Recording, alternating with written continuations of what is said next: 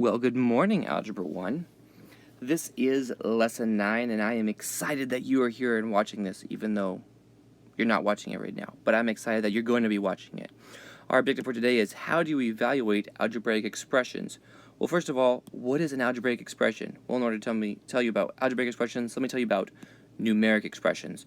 Numeric expressions like those ones you have been doing just recently, that just have numbers in them. 32 divided by the quantity of 2 times 8 minus 7. See, just numbers in there. So all numbers is what we call a numeric expression. Notice there's also no equal sign that we have to try to solve for something strange like that. An algebraic expression has letters too. So 3x minus 4x plus ax. Now this has letters in it too, and this is what we call an algebraic expression. So that's what an algebraic expression is, something with letters in it. But before you go on any further, you need to know what this symbol right here means. Well, yes, that's actually correct. That is an equal symbol. Well, what does equal mean? It means it's the same. So if you have x equals 2, that means 2 and x are the same thing. You can replace 2 with x, or you can replace x with 2, and you would still be an equivalent expression. Same idea with y is equal to 4. If y is equal to 4, then 4 is the same thing as y, and you could replace y with 4 or 4 with y, and be no problem at all. Alright, so having reviewed that, let's go to an example like example 1. It says, evaluate the expression for this and this. So all we have to do is plug in x equals to 2 into this equation and y equals to 5 into this equation.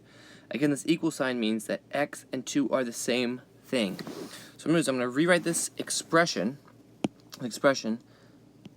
like this. But instead of x, I'm going to write 2. And instead of y, I'm going to write 5.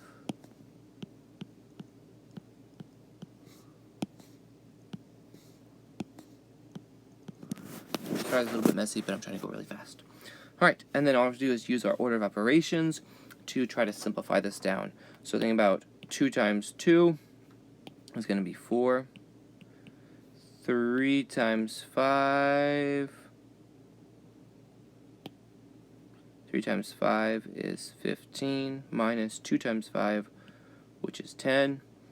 So then that's going to be 19 minus 10, which is just simply equal to 9. So this expression right here,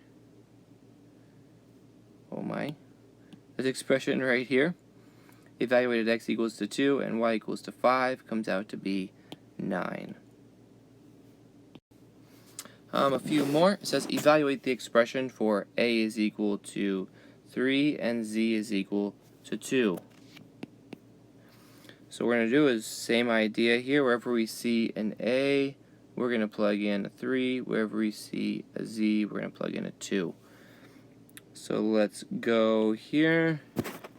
2 times 3 plus 2 cubed minus 2 squared. So again, here's that 3. There's an a. So I plugged in that. Here's that z. Here's a z, here's that, here's a z, here's that. Hopefully you're following along. Again, we're just evaluating or substituting those in. So let's see here. This is going to be 2. That is not what I wanted.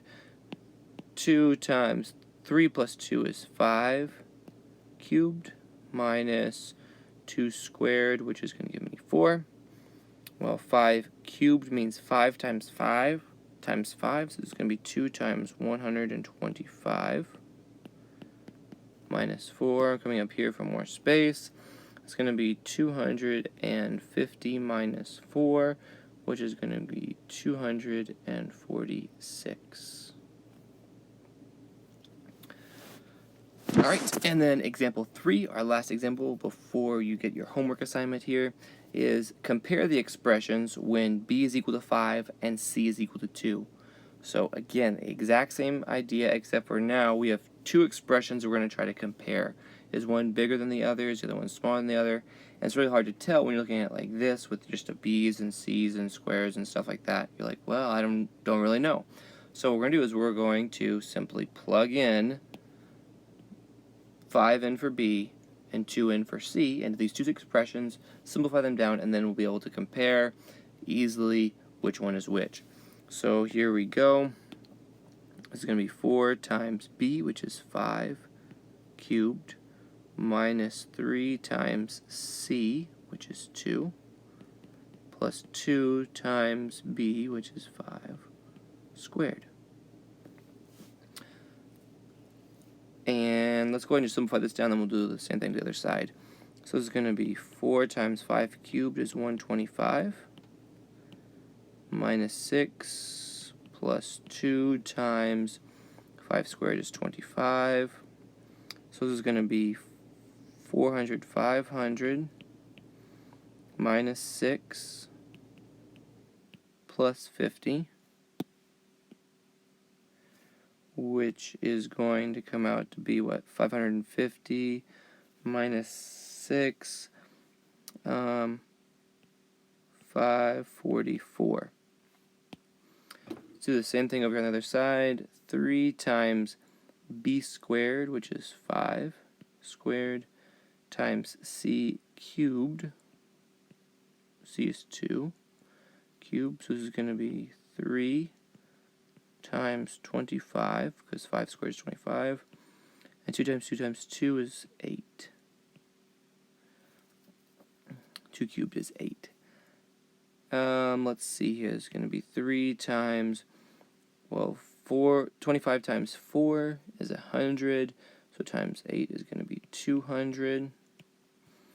And so then 3 times 200 is not going to start with 3, it's going to start with a 600. So then now we're just trying to compare these two numbers, and we easily see that 600 is bigger than 544, so I'm going to put the less than sign in there. This first expression is going to be less than the second one. I'm sure you've already noticed your homework. It starts on page 49. You're going to do all of the 9s, all of the 8s, and then 13 more. Again, notice that is not a B, that is a 13.